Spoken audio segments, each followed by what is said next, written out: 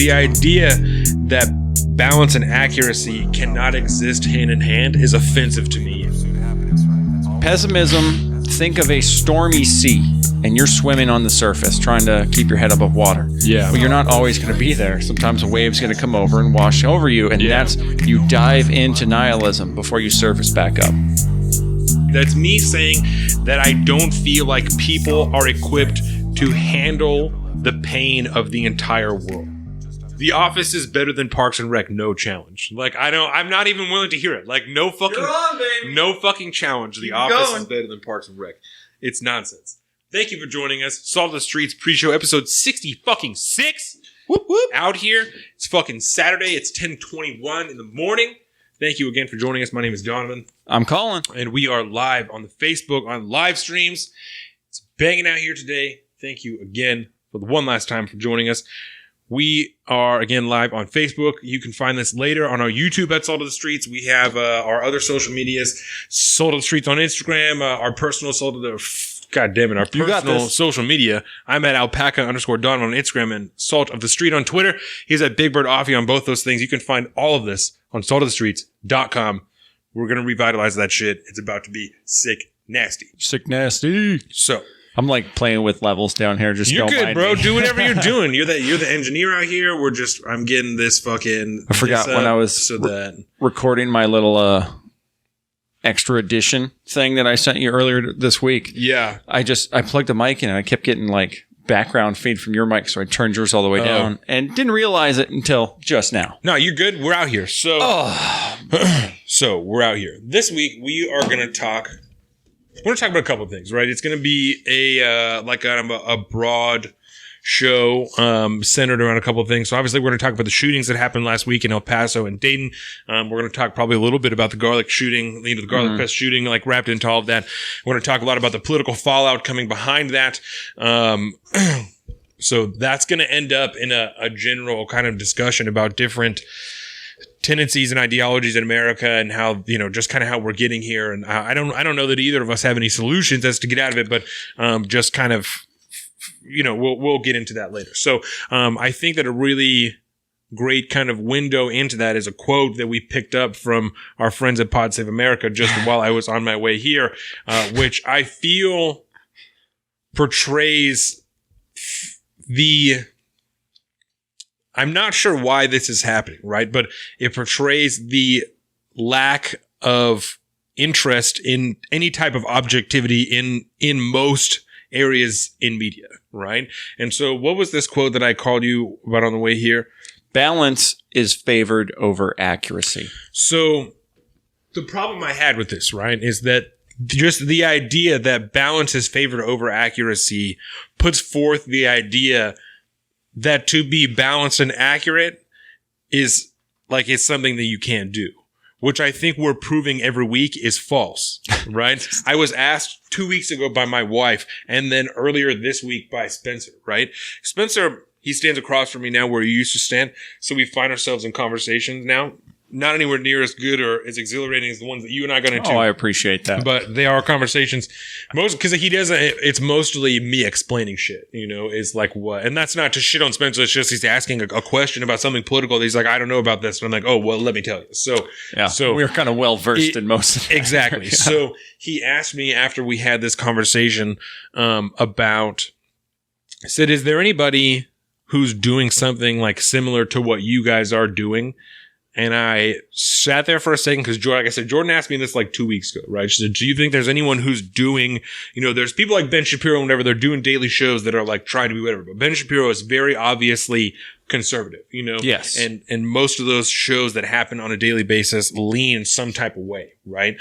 And so I told them both, no. I don't feel, of all the podcasts that I listen to, right? I don't feel that any of those things are equivalent to what we're doing in the way that we are first forward with factual information and on the back end is our opinion, right? Our opinion comes when we discuss what's going on around it because that's going to happen as we discuss it. Yes. But always up front is the information, is the facts behind what's going on. And in the middle, when we're saying, well, this happened, but that's not true. We already know because of this. And then we continue on with the story, right?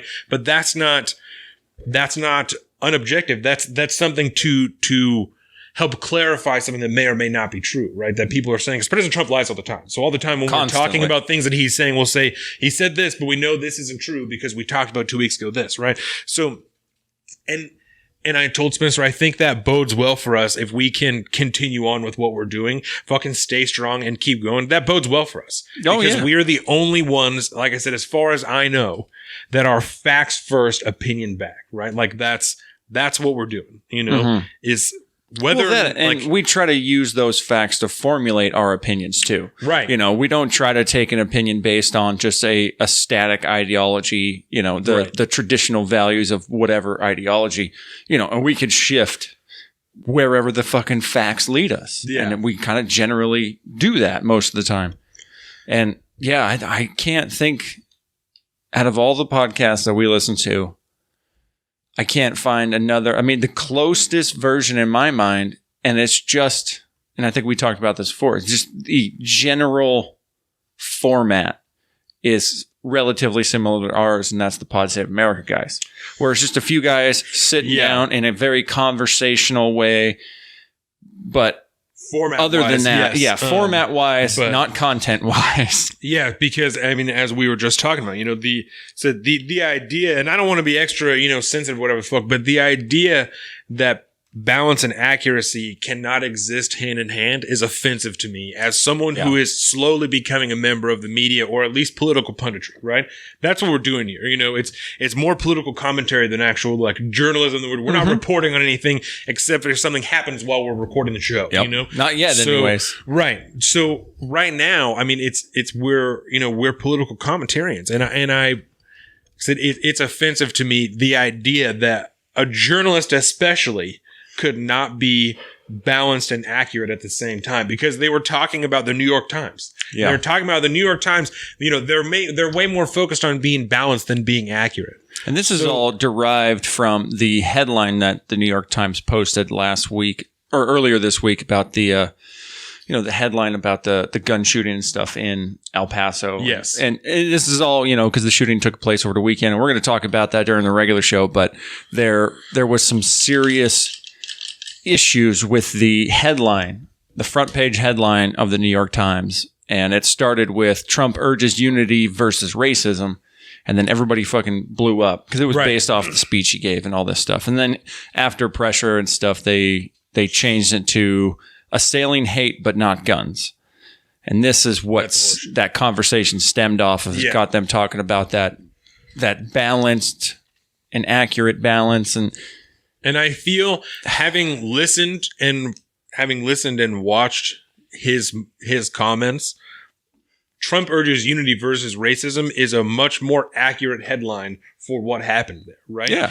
And I got frustrated right afterwards because fucking 2 seconds, after it ends, there's 3 articles that come out from the New York Times and whatever the fuck that's like, President Trump disavows white supremacy, but doesn't announce any major legislation. Yep. Well, it's been about 5 fucking seconds, right? Not to mention, no one in Congress is actually in the Capitol, right? So not in session. So the fact that he didn't come forward with some type of huge sweeping legislation about guns is probably a good idea, right? If you're talking from a strictly political standpoint, anything that's going to be put up right now is not going to be passed. It's going to die on the floor, no matter what the fuck it is, right? It doesn't matter. It's not, with no conversation, no discussion, anything introduced to the floor will die there, right? And then, President Trump's bill wasn't good enough because it died on the floor. It couldn't even fucking get anywhere, right? Fucking goddamn, dude. It's so... Well, not to even mention, it's not the fucking executive's job to legislate. To create legislation. No. Right? He could be putting forth an agenda for the legislature to take on and follow. Which I feel in part he did, right? He did, and he's already been in talks with McConnell. As soon as they come back from recess, they will be bringing something to the floor of the Senate. Something along the lines of essentially the gun control, I don't know what you want to call it, just legislation that they passed in the House recently, which addresses the universal background checks and red flag laws, which, we're going to get into all those in the regular show, because I got some thoughts on that. Yeah. Some some stuff that we need to work out later. No, I'm sure. And that's what we'll get into. That's part of what we're here for. Look at that. A natural preview of the topics to come during the pre-show. That was beautiful. Yeah, absolutely. So, like I said, not only is it offensive, but I want everyone to know that it's untrue, right? It's not true that you can't have even journalism that is balanced and true, because as you know, if you've been listening to the show for any type of extended period of time, the truth is always somewhere in the middle, right? It doesn't ever lie with either one of these two extremes on either side. The truth is always somewhere in the middle, right? Because as we've shown you, you have to read everything from Nazis to socialism to find out the truth. Right? You have to read everything to see what's being talked about on every side to truly understand what's actually going on. Yep. Everything from the Washington Examiner and New York Post to Vox and Slate and everything in between. This is we stumbled upon that article. What was that from the Guardian? Yeah. This week. Thank you, Eric Weinstein, for that one, by the way. Yeah, that was a good article. It was weirdly good. It was very, very strange. And so the article that we're talking about had to do with masculinity and the way that it's being portrayed as toxic masculinity and how this may factor into mass shootings, which is something that we definitely will be getting into later, because that's something I feel very strongly is a part of the problem that we're experiencing right now. So that is something that we'll get into later, just the way that young men are being taught to deal with the things that are naturally inside of them, right? Or not taught to deal. Right. That's part of the conversation, yeah. Right. And so that's definitely something that we'll be getting into. We're going to talk a little bit about the immigration raids that happened in Mississippi over the last week. And we'll be getting into not too deeply. We'll kind of go over that first because that'll be a much smaller topic. So we'll get into that, and then we'll talk about these guns, and then we're going to talk a little bit about some sports. We had the preseason games that happened this week. Did you watch the Hawks preseason game on Thursday? No, that's all right. I tried. I knew they were around. Yeah. I watched the end of the first quarter through the end of the third quarter, and then fell asleep on the couch. So I did not watch the rest of it. Riveting. Well, it just started at 7 o'clock, so it's getting close to 9. Yeah, I'm just an old man. And I think that particular day, I had been up since 2. Dax was having a difficult time that day, so I was like, wait, why were you up at 2? You're a dad. Yeah, so not just me, Jordan and I had both been up since 2, kind of taking turns. So I think that I was particularly tired that day. Yeah. And that's why, one of the reasons I fell asleep. But it was good. I saw some shit I liked. I like that. Geno Smith is a fucking terrible quarterback, so I hope that he doesn't exist on our team come season time, because that was terrible. See, our first string backup. He started the game this week, So that's kind of. But if Russ was to get down for whatever reason, was out for a few games. If the season started today, I think that's how it's set up. I haven't looked at the actual. What the fuck do they call that? Not a roster. A lot of these guys are still trying to make the team, right? That's what preseason is for. They have to cut down the roster this next week. I don't remember exactly. They have to cut 20 people, I think, over the next week, and they cut another 15 or something like that. And then after the third game or after the fourth game, you got to have your cut down to your 53. So 53. It's just. It's so many, but it's still so few. Yeah, exactly. I mean? Yeah, it's a very fine balance that you have to walk between positions you think may or may not last all season, you know? So let me ask you just some real quick football trivia questions. Yeah. Offensive line, standard offensive line. How many players are on the field for one specific team, I guess? Just the offensive line, there's 5. There's 2 tackles, 2 guards, and then a center. Okay. But there's always a tight end, that's on the field, and he'll line up with the offensive line. Whether or not he stays there to block or moves out is something else. And then there's a lot of teams that run 2 and 3 tight end sets, so that you have a huge offensive line. You got 8 dudes on your offensive line, 2 wide receivers, and then maybe 1 running back there. You have more options than you have tight ends that are going to fucking, they're going to run out, they're going to do whatever. So, so how many people on the field at one time? 11. Is it 11? 11 on the field at one time. And that's why the Seattle fan base is called the 12th man. You know what I'm saying? It's That's the right. 12th man on the field. It's such a big person. What a jackass. You know what I'm saying? I walked right into that one. That's all right. It's the same. It's 11-11. Yep. Offense, defense. 11-11. So you got 22 people. Morning, Mom.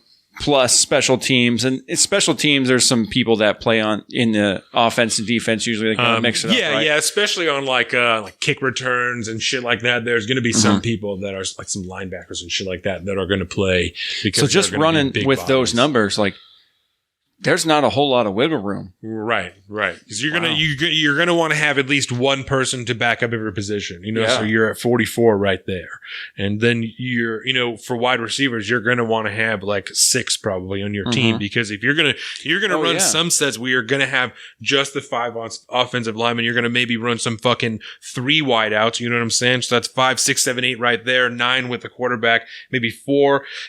Fucking wide receivers, you know what I'm saying? And then one running back. So all these different play types, you're going to need more of one position than the other, and vice versa. Exactly. So that 53 spot's got to be real tight, tough towards the end there. That makes a lot of sense. Especially when you're talking about the Seahawks, we've got at least. I've just never really crunched those numbers before and thought about it. Last year we had like 4 or 5 running backs. We had Chris Carson, Rashad Penny, Mike Davis, J.D. McKissick, fucking C.J. Procise. And then I think we had like another dude. So that's like just 5 running backs, and that's because 2 of them were hurt most of the season. Another one's a rookie that you just got in the first round. So he's got to be there, Yeah. Mike Davis was like a 3rd down catching running back. Chris Carson was was running most of the time. So yeah. And then, you had Doug Baldwin, who's hurt most of the season. So you're going to have to call up another wide receiver to be there. So yeah, it's tough. You know what I'm saying? It's very Is that tough. when they put somebody on like inactive reserve? Does that mean it kind of frees them up a spot to be able to bring someone in new? Yeah. Okay. So there's certain designations. Kind of similar to fantasy then at that point. Yeah, there's certain designations that will allow you to temporarily have someone, and that's kind of why you have people signed to the practice squad, they're easier to kind of call up and stuff like that. So, okay. Yeah. I like that. Thank you for that. Absolutely. Anytime, brother. Anytime. Sometimes I need that base level knowledge built up a little bit more. No, that's all right. That's all right. No, it's a good deal. It's a complicated game. It's a complicated game. Jordan. A lot of moving parts. Had an old boyfriend that also was really into football. Him and I, we went to school together. He did not like me at all. And it's really weird to think why that would be the case now that we're married. But I don't know. And so he was really into football, and they would watch football together, and she hated it because he would never explain anything. He was like, no, I'm watching football, blah, blah, blah. And when we got together, I wouldn't imagine why I wouldn't explain it to her, because if she doesn't understand, and she's going to be sitting here watching it with me for an entire Sunday, you know what I'm saying? Then for the rest of your guys' lives, understand what we're getting into, And now she plays fantasy and stuff like that. She's really into it. So I think it just takes time, Well, there's something about the fantasy aspect of it that attracts more people. Yeah, gets you way more into it because it makes you have interest in almost every game. Especially if you're in 2 different fantasy leagues, you have different people in all your teams. You have interest in almost every game that you could watch. So even if it's not your local team or you don't give a shit about your local team, you can go to a fucking sports bar and have 8 different TVs in front of you, and you're like, this is the tits. This is the way to. We're gonna have some WOB hangouts pretty soon. Yeah, they got a lot of TVs in there. Fuck yeah, and the WOB they do brunch where for I think it's $25 you get breakfast and unlimited mimosas. Yeah. Or beer mimosas. They offered that to us. I think it was available on my birthday when we went. Yeah. That's right. But fucking they pulled the Kush, bro. They pulled that pineapple Kush. They pulled the Kush, bro. I was so sad about that. Yeah. Oh. That was a good beer. That was a really good beer. Dude, it was a fucking great beer. And the fact that it was on nitro versus the normal CO2. Yes. Dude, it was like the single greatest IPA I've ever had in my entire life. It tastes a little bit different. Yeah, it tastes a little bit different. I like it. Before we move on, because I can't believe we've gone this far without even talking about it, I need you to tell us what you ate this week. Some mighty man cakes. Oh, some man cakes? No, there's this stuff. It's a pancake mix called Kodiak Jacks, I think. And then they have these ones called Power Cakes, and they're just a protein-rich thing like that. And I was like, Carolina bought that at Costco yesterday and brought it home, and I was like, that's what I'm going to have for breakfast tomorrow. Make 2 of those bad boys with a couple pieces of bacon, and I'm rolling right now. I feel like if you pushed me over, I'd be a fucking bowling ball. It's really good. I just finished those 3 scoops of aminos. Let's get one of these fucking magic beers cracking. We're gonna do something that we saw on the internet. Yeah, we saw it on the internet where you take a Super Fuzz and a Space Dust and you mix them, and it was called like a Super Dust or some shit like that. And it looked delicious, and we love both of these beers. So shout out Elysian. We're gonna give this a shot. Boom. Tag you guys.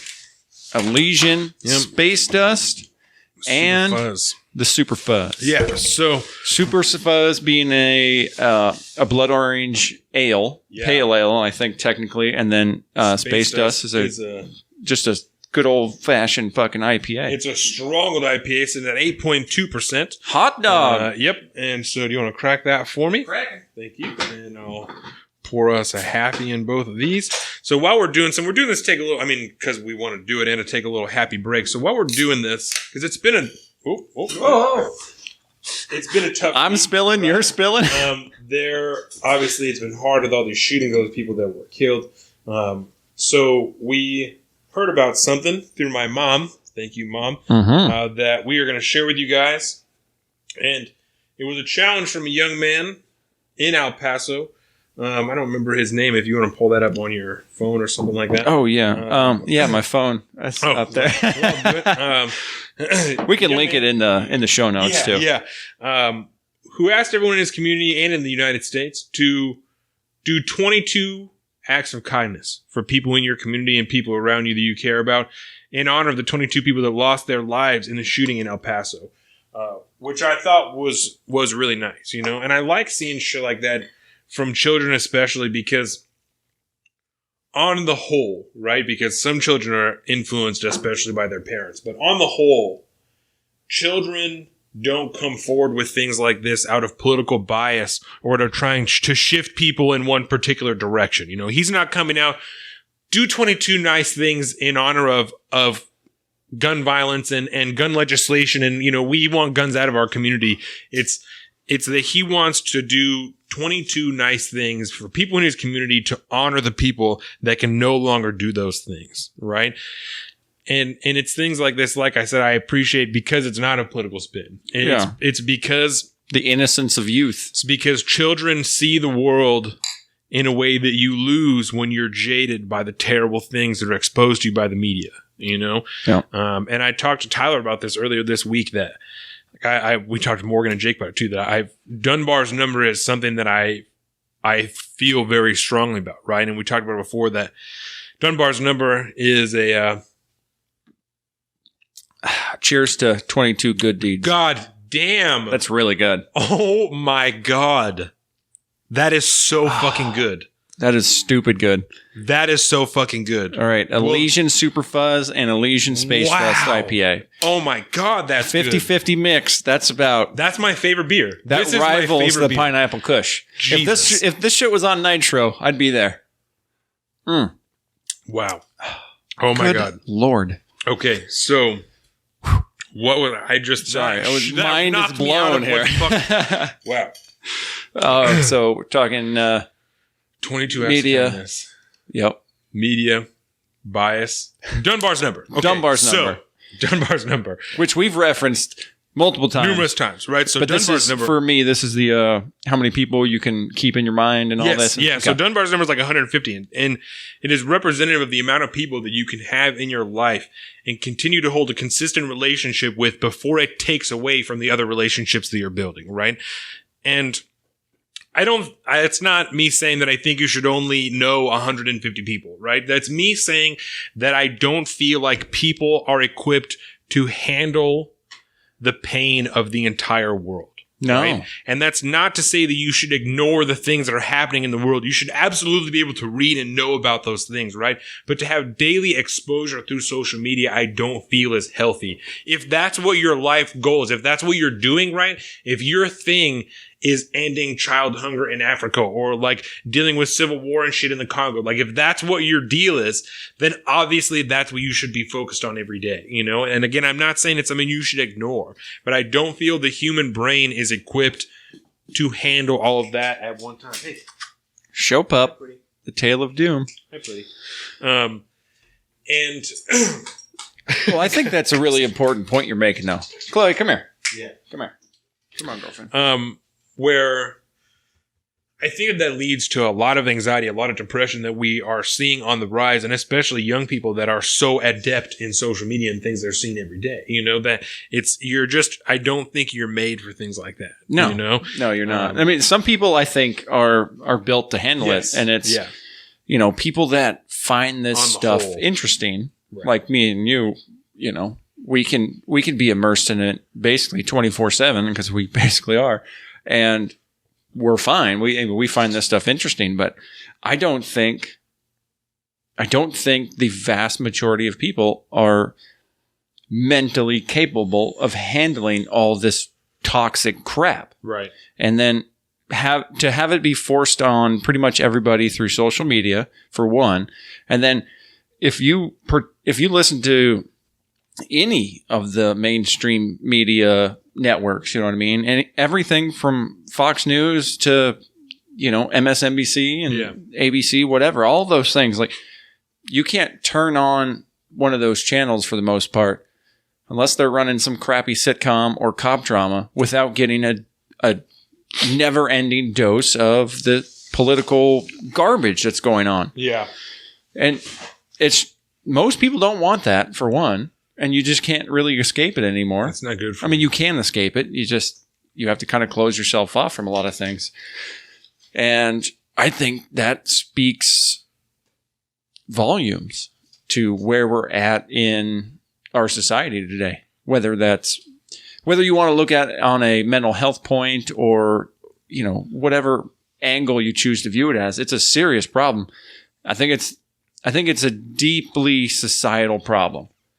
And it's not just the news and politics. It's more than that. It's a lot of this hateful, spiteful bullshit. Yeah. What's going on over there? You look like you got something to say. Jordan says that it makes us both pessimists. Like, it definitely makes us both pessimists. That our ability to take in all of this and not be deeply affected by it affects us in the way that we are more pessimistic than the average person. Because, well, I've been a pessimist my whole life. First of all, because you've been this way your whole life.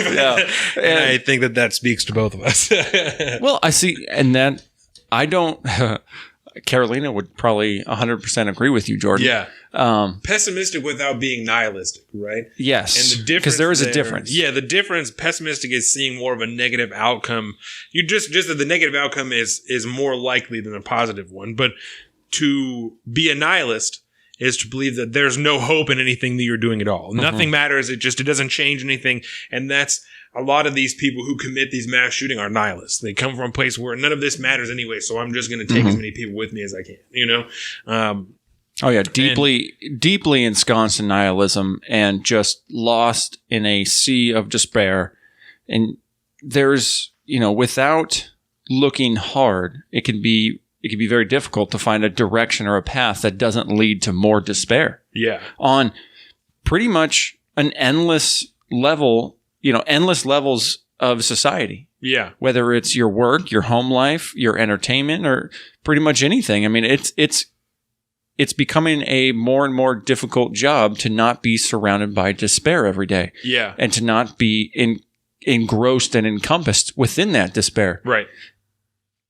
And it traps people. Yeah. And it just becomes a disease. And I would be lying, and Jordan would know it if I didn't say every once in a while, a good committed pessimist dips down into nihilism every once in a while. It's impossible not to. You have a day every once in a while where you're like, this just doesn't even fucking matter, Yep. So this is a really good. So let me get personal for a minute, right? So a couple months ago, I was talking to Jordan about. I don't remember what this stemmed from, right? But it was probably a conversation I had with somebody where we just weren't on the same page, but I felt like I was like making so much sense, like this is such a basic thing. Like, I don't even understand why this is. So it probably happened at work, to be honest. Right. So I probably had this discussion at work and then was home and talking to Jordan and none of this is meant to like toot my own horn or anything like that, or like sound fucking like braggadocious. Right. No.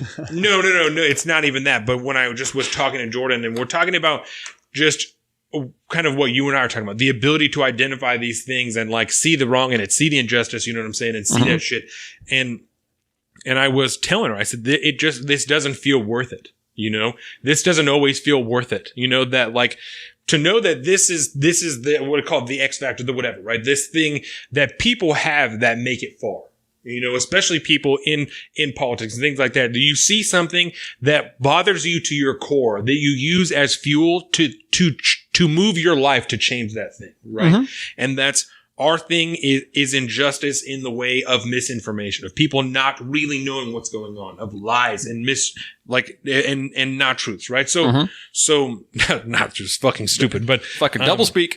And so I just was telling him, like, it just doesn't feel worth it. You know, if it comes at the cost of feeling so shitty, so often because people just don't give a fuck or they don't understand, like, this just doesn't feel worth it, you know? And I said to her, it concerns me for our son, right? Because I'm scared that if he has the same thing that I have, right? And I've not done something, right? If I end up being, for lack of a better term, being average, right? If we don't achieve this goal of like changing people like we intend, you know, like what does he learn from that? Like he learns that continuing to follow what's driving you with this X factor gets you nowhere. It gets you a job where like your family is happy and you're fine, but you didn't change that thing. You were defeated, you know? So that scares me because I don't want him to be deterred by that.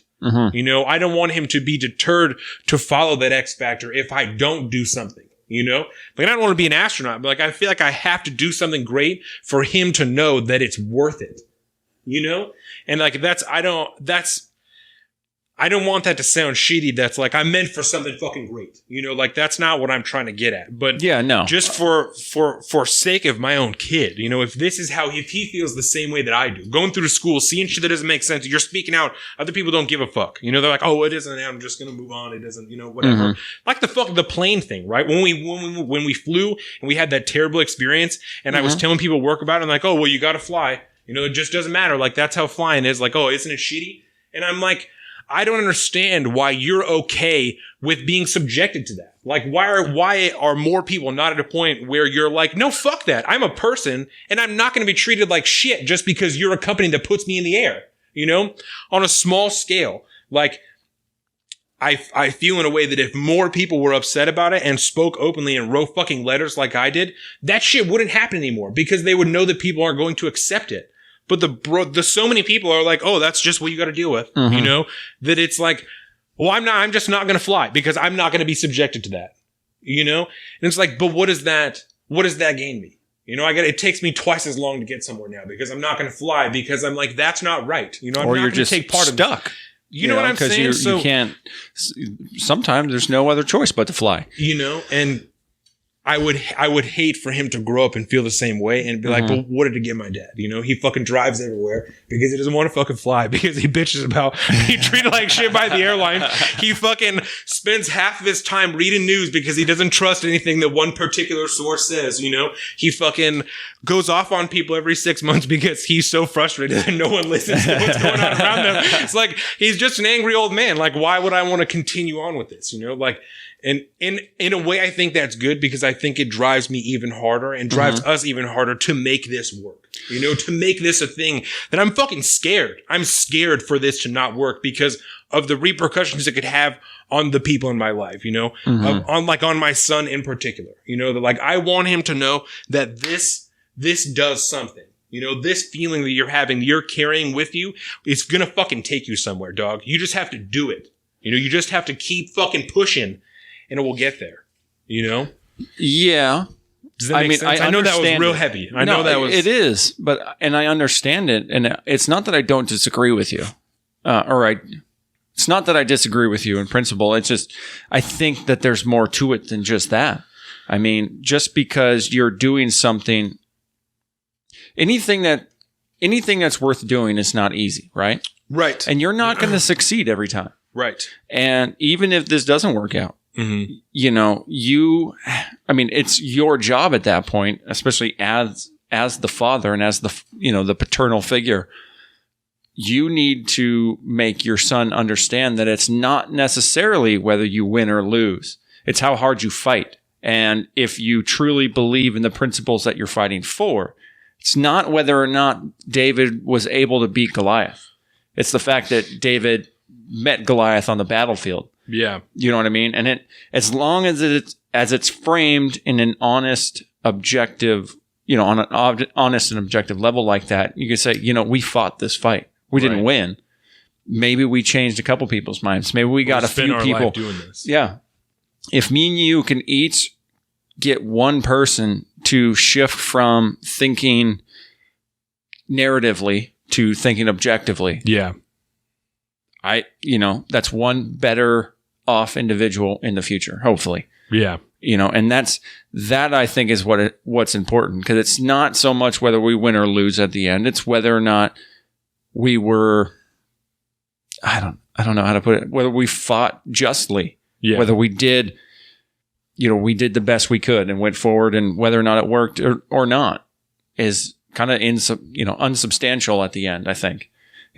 It's a massive plus at the end if we, it's a massive does plus. Work. Yeah. Because then you're taking your values and stuff and you're actually putting them on a much higher platform to spread. You can affect, greater change. But at the end of the day, the conversations that we're having, if we can convince 2 or 3 other people to have these same types of conversations with people in their lives, it's going to spread and it's going to keep going, and we will have done our job.